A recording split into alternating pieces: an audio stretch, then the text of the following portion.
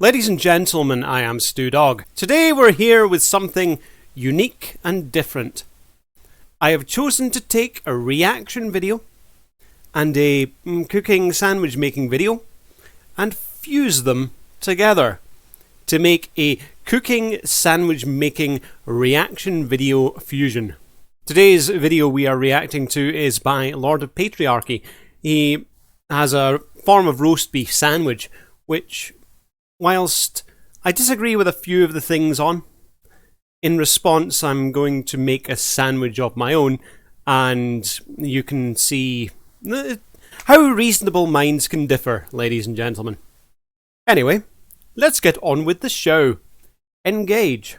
In appreciation of Lord of Patriarchy's time here, I'm going to crack open a beer. He's about to explain the process of making a Parmesan mayonnaise. I'm not going to make that myself, as I'm not too fond of mayonnaise and I don't think I need any for the sandwich that I will be making. But we can have a look at his mayonnaise and see if we have any points to make about it.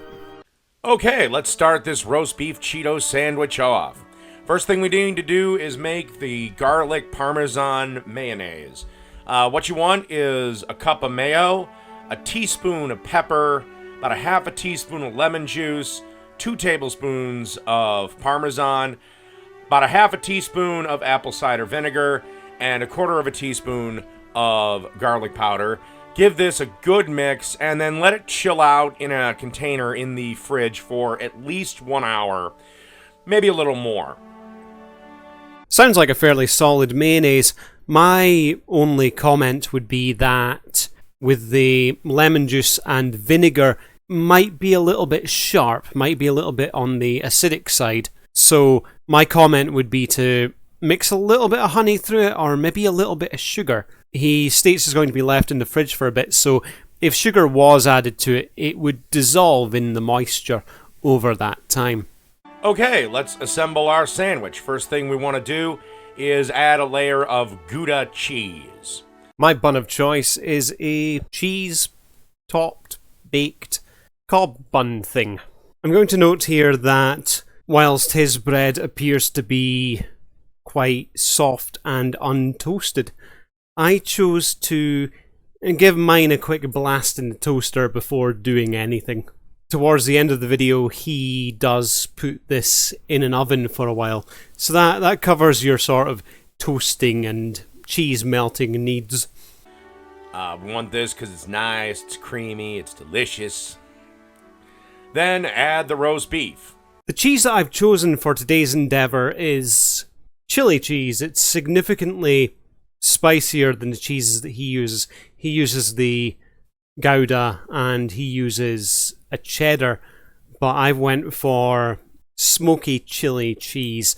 Also, instead of roast beef, I'm using pastrami, which is, I would imagine, more seasoned than the roast beef that he's using.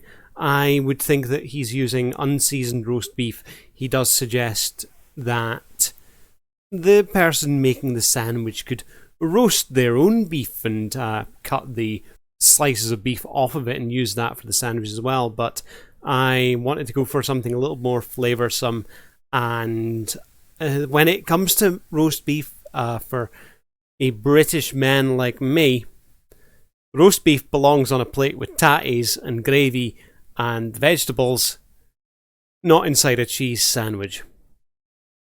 That's just my personal opinion, ladies and gentlemen. I just picked up some roast beef from my local deli.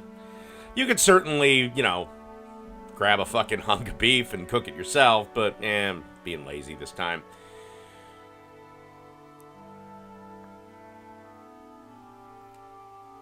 Then add the Cheetos for that nice little crunch. From my own point of view, I don't like the idea of putting crisps in a sandwich with other things. I'm the sort of person that if I wanted a crisp sandwich, I would put the crisps on their own.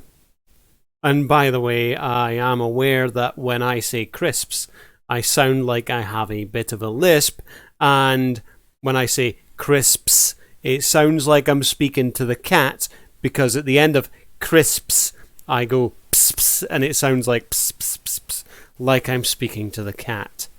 Don't at me. I have elected to grab my own crisps and put them outside the sandwich. And now that I've said crisps once, I'm aware of the speaking to the cat thing. You can use Flamin' Hot Cheetos. I just use some regular crunchy Cheetos. Don't use the puff ones, though. Those are gross. I don't know anyone that likes them. I have elected to use Kettle Chips, mature cheddar and red onion and chive for my sandwich today. These will live outside my sandwich. Then atop the Cheetos, add a nice little slice of cheddar cheese.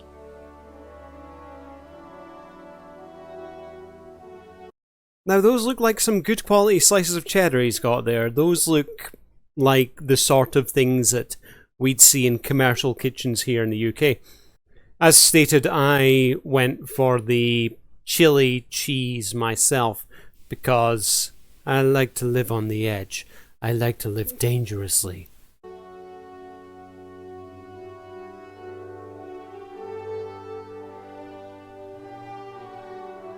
Then add some nice bacon to your sandwich, because everything is better with bacon.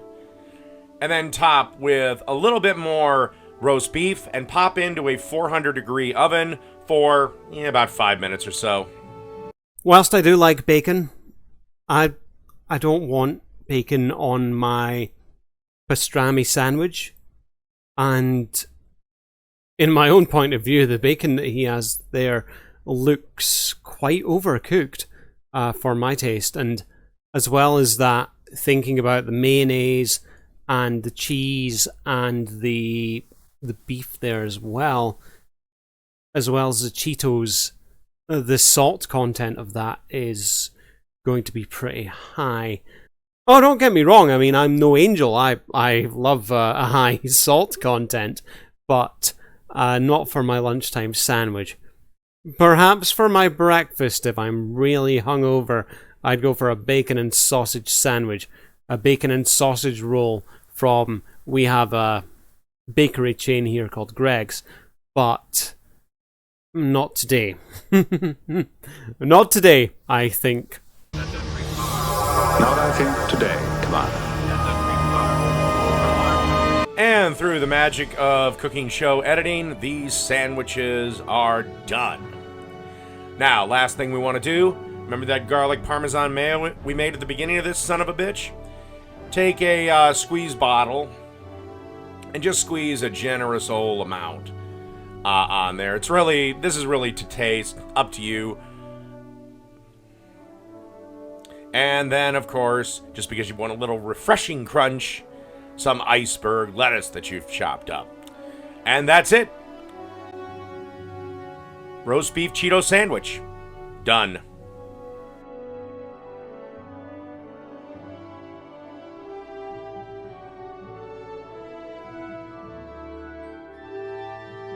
Anyway, ladies and gentlemen, I believe that will about do me for my lunch. Cheers, and I'll catch yous later. See ya.